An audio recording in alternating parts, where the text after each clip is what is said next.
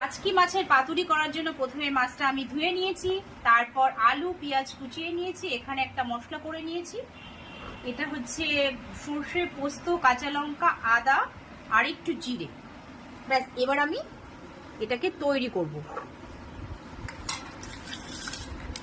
প্রথমে আমি এটা নিলাম, এখান থেকে একটু লবণ নেব,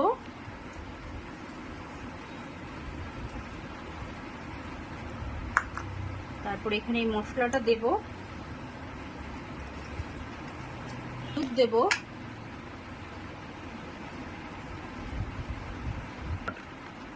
এবার একটু শুকনো লঙ্কার গুঁড়ো দিয়ে দেবো এর ভেতরে,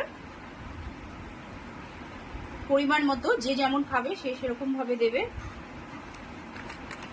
এবার এটাকে ভালো করে মাখিয়ে নেব। এবার মাছটা দিয়ে ভালো করে মাখিয়ে নেব।